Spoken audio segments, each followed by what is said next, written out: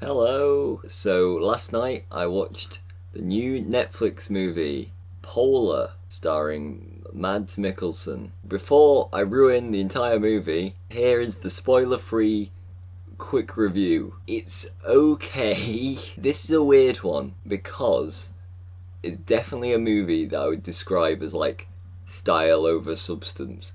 Like, it's trying very hard with its aesthetic, and sometimes it works quite well, and a lot of the time it really doesn't. I think there's some stuff in the movie that's really good, and a lot of stuff in the movie that is like weird in terms of tone. Like, it really doesn't fit in this film. The film isn't really sure what it's trying to be. It kind of flips between being like a gritty like drama movie and just an over-the-top action movie. And the over-the-top action movie part kind of overwhelms the gritty, like, understated part of the movie. And I don't think it should have done. And I'll go more into, like, some specific examples of this once I get into spoilers. But yeah, the movie has a lot of trouble with what it's actually trying to be. The movies are very messy because of this. You just get, like, whiplash from it. Here's the gritty, like, dark bit, and then here is the fun, exciting bit, and it's like, what movie am I watching? In terms of recommendations, I would say if you like John Wick and you've watched the first two John Wicks a lot of times and you're waiting for the third one and you think, I need another movie that is like a little bit John Wick, then like maybe this is for you. Like, it's got some of the John Wick kind of action stuff. Mads Mikkelsen is basically playing John Wick. There's a lot of gore in the movie, so look out for that if you're not into that. This probably isn't for you, because it's very gross. Yeah, I'll go into spoilers now. I'm going to talk about the rest of the film. So if you are planning on watching it, this movie is still very new. Came out like 5 days ago, I think. Look away now. Okay, so here is the basic plot rundown of Polar. So the first half of the movie is basically two movies that kind of happen concurrently. So one half of it is Mads Mikkelsen. He has retired. He's a retired hitman, got a lot of money saved up from his hitmanning days. The company that he formerly worked for is meant to be doubling his pension and paying him $8 million. That's a lot of money. So he's retired to this cold town in North America. I can't remember where it is. Somewhere cold. Put it on the screen, me. So he's kind of adjusting to a regular life after being a hitman. That's one half of the story. He like meets Vanessa Hudgens' character, who's like very shy, but they kind of develop a friendship, which is quite nice. And it's kind of like how Mads Mikkelsen isn't used to a normal life, and he's still getting used to it, and that's quite some good stuff. And the other half of the movie that is happening at the same time, just a group of weird assassins who are trying to hunt down Mads Mikkelsen and just killing people along the way. If this sounds like two wildly different movies to you, it's because it is. So we got the Mads Mikkelsen half of the story, where everything is like muted colours. It's kind of monotone, the Mads Mikkelsen half of the story, and it's very slow. There's no action. This is Mads Mikkelsen going about his life. He goes to the shops. He rents a DVD to watch at home. He bakes a cake for his birthday. Great. I'm kind of down for this. I like Mads Mikkelsen a lot. Vanessa Hudgens is doing quite a good job. It's nice that there's kind of like a friendship developing between them. And then you jump over to the crazy hitman side of the movie, and it's just these five like wacky characters going around murdering people. They all have like weird styles, like they're all very different aesthetically, which is kind of cool, but also it's like you got two different sides of the movie. And I understand what you're doing here. Like, you've got, this is the action side, this is the world that Mads Mikkelsen has escaped from, and now he's found his own separate side of life. I understand that, but it's just very weird tonally. Like, everything is muted in the Mads Mikkelsen side, and then you have like a crazy action cut, and we're off doing wacky hijinks with these killers. And it's like, yeah, but it's not working. I'm happy that you took a risk here, but it's not paid off. And about halfway through the movies, these two sides crash into each other as the wacky hitmen come and try and kill Mads Mikkelsen. And he kills them all incredibly easily. So we just spent about half of the first half of the movie with these characters.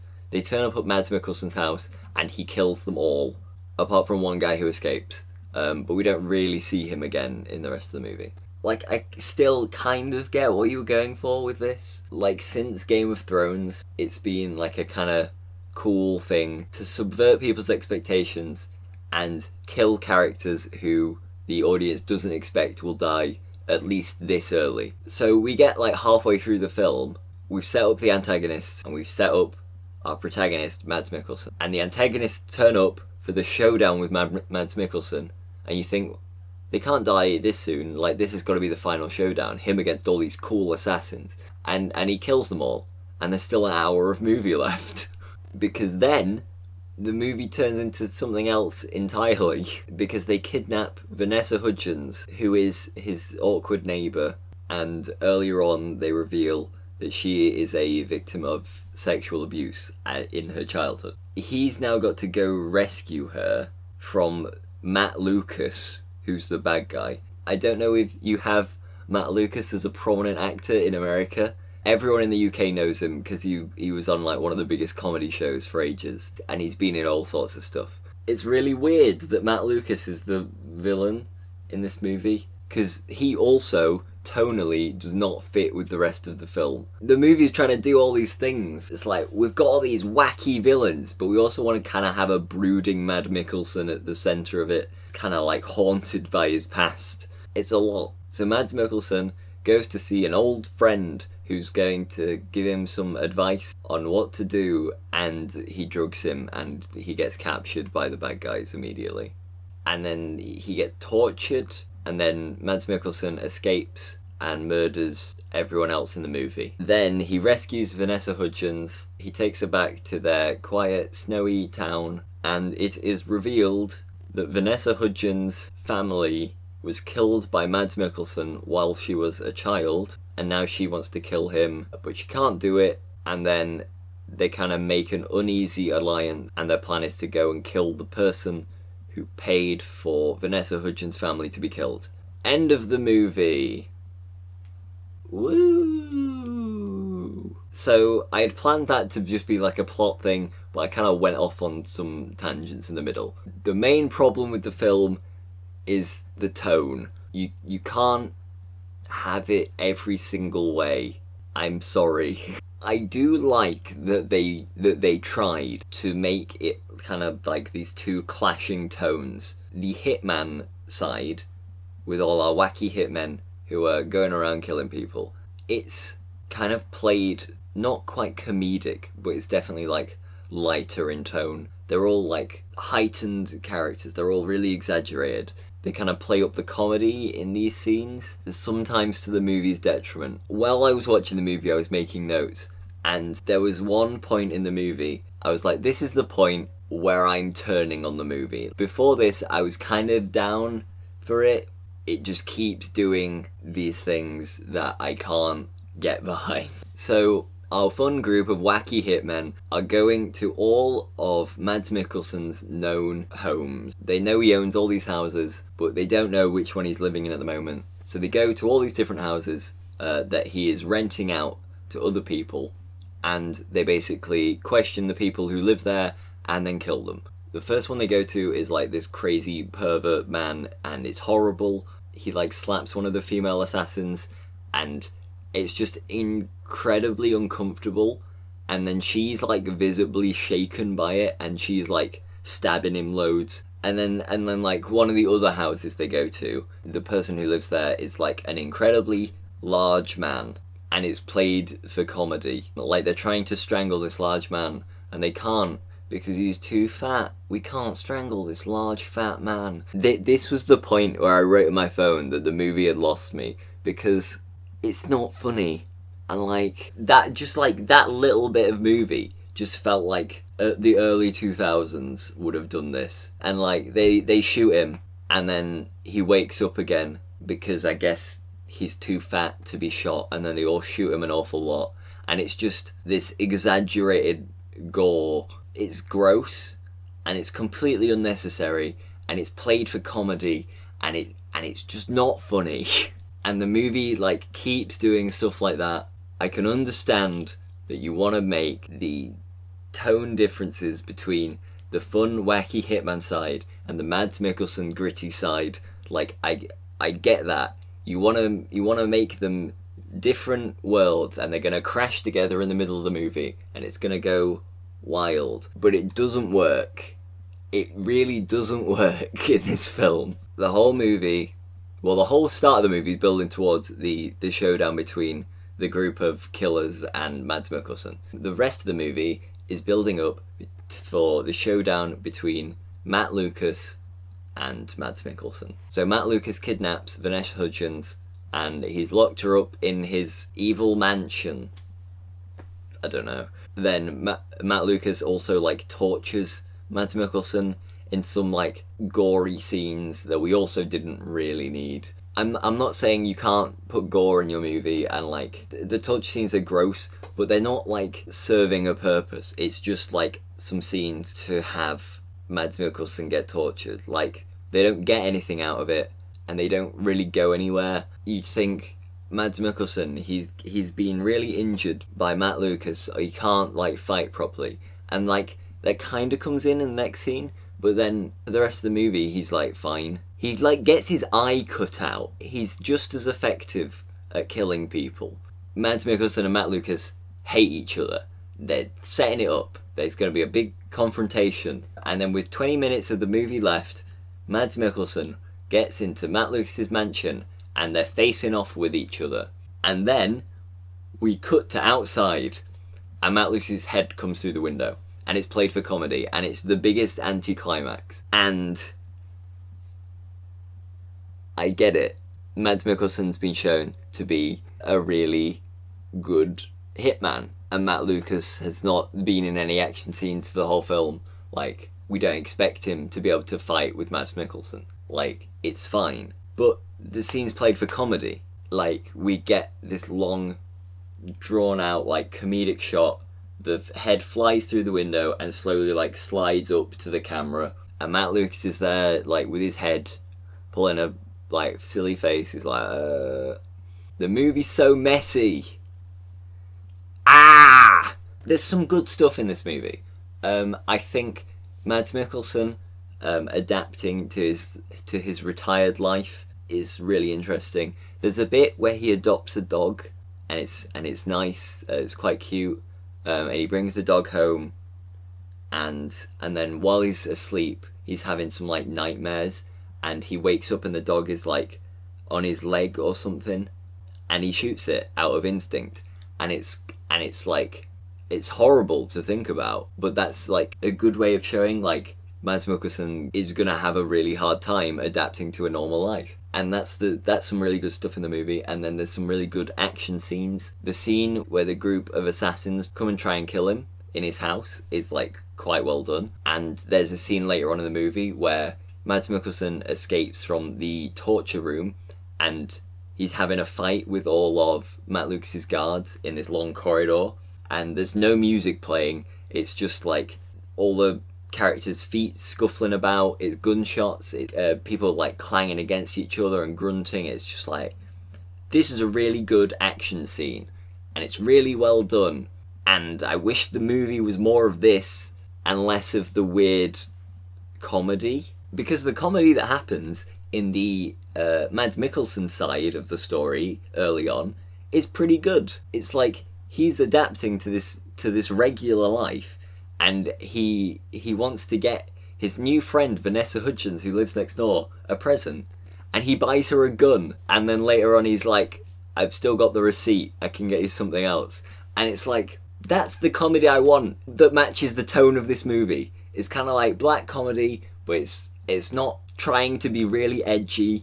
This is what it will be like for this retired hitman, and it's exaggerated a little bit, but it's like done quite well. I think Mads Mikkelsen can carry any performance like this.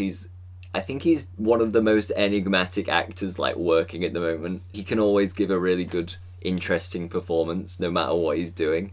And it's just like, he's wasted in this movie because he doesn't have enough stuff like this to do. I guess I also want to talk about the fact that the movie is fairly misogynistic, which is not a good thing for your movie to be. There are some gratuitous sex scenes in this movie, and like, you're allowed to have sex scenes in your film, like, it's fine. Sometimes it kind of just feels like you're putting them in just to have a sex scene, and that's what it feels like in this movie. Right before Mads Mikkelsen and the assassins have like the showdown in his house, one of them is like posing as someone whose car's broken down. Mads Mikkelsen picks them up and like takes them home so they can wait until her car can get towed, and they have sex.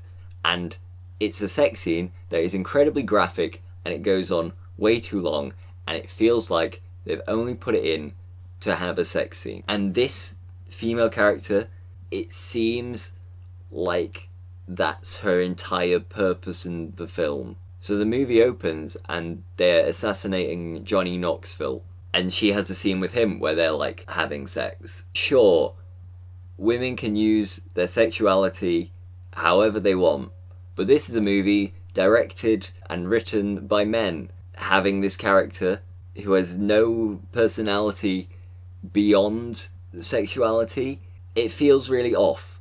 And I don't want to like speak for women because I don't know what I'm on about, but it feels bad. It feels really bad in this movie. There's another female character who's kind of Mads Mikkelsen's link to the company. Like, if he needs to talk to them, he talks through her. And she has not been a bad character in the movie. Like, I think she was done fairly well as kind of a reasonable character on the hitmen side. And then, in just a casual combination, the Mads Mikkelsen and this old man just kind of drop the fact that they both slept with her. And it doesn't advance the plot at all, and it doesn't matter in the lore of the film.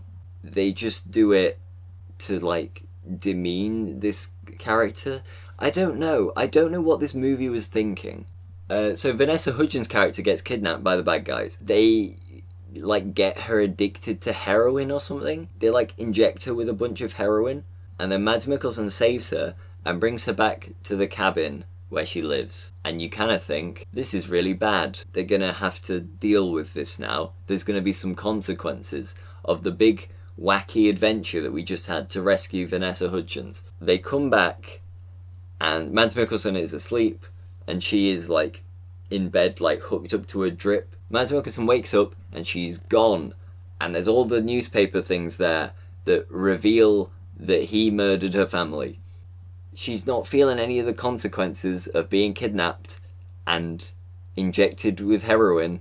Why? Why did this happen in the movie? Nothing came of it. And they don't even address it when she like is having her standoff with Mads Mikkelsen. She's like, you killed my family. But she's not saying, also, I got kidnapped and pumped full of a load of heroin because of you. Like, that's also bad. And it's also a lot more recent. That happened yesterday. There's also a weird theme in the movie of Mads Mikkelsen's humanity being the thing that gets him caught. So when the group of wacky hitmen are tracking him down, they find him because of the money that he's been giving to charity. Every year he gives £200,000 to this one charity, and they find him through that. It's him giving to charity that gets him caught.